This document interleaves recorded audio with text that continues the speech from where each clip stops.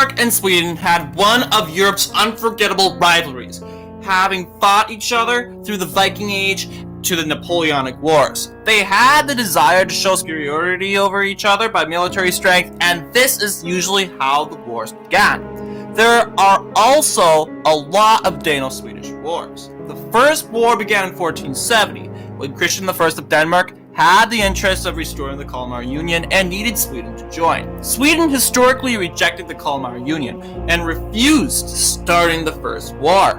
In response, Danish forces moved their forces into Sweden. They were nearing the capital of Stockholm until the Swedes won a major victory over the Danes and won the war. Sweden would remain independent from Denmark until its restoration in the 1500s. Denmark, Norway, and Sweden would unite and form the Kalmar Union again later on.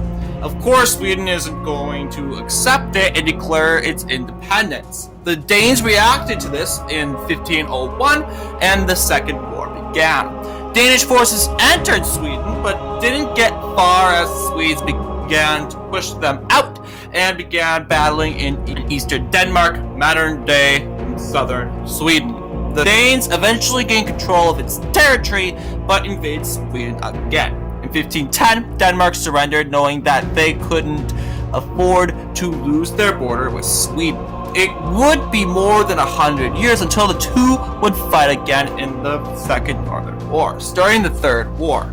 During the Second Northern War, Sweden was at war with most of Northern Europe. This gave Denmark an opportunity to gain lost Danish lands. The Danes attacked while the Swedish were fighting the Poles, but spies told the Swedish king the Danish plans of invasion, and Sweden reacted immediately. There had been skirmishes on the borders of Norway and Sweden, but the Swedes had used its European-occupied territories to enter into Jutland. There, they began hopping their way to Copenhagen. Losing almost all of Denmark, the Danes surrendered, and Denmark had to give a huge chunk of territory to the Swedes, which forced humiliation.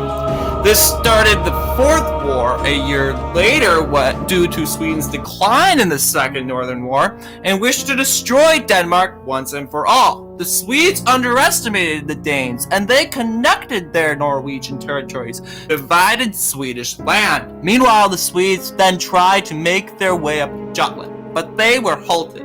Being defeated altogether, Sweden surrendered and Denmark gained their lost territories back and would be the first Danish-won war against Sweden. More than 150 years later, the Napoleonic Wars began and Denmark joined the war on the side of the French, as the Swedes joined the side of the British and the coalition.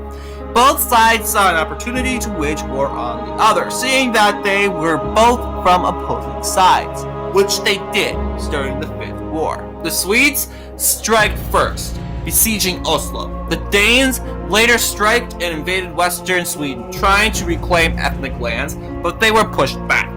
The war later became a stalemate as Sweden later joined the side of the French as well. The Swedes would fight Denmark again, and Sweden would have the last laugh when Denmark-Norway collapses due to Napoleon's defeat. And then the Dano-Swedish Wars and the Dano-Swedish rivalry for good.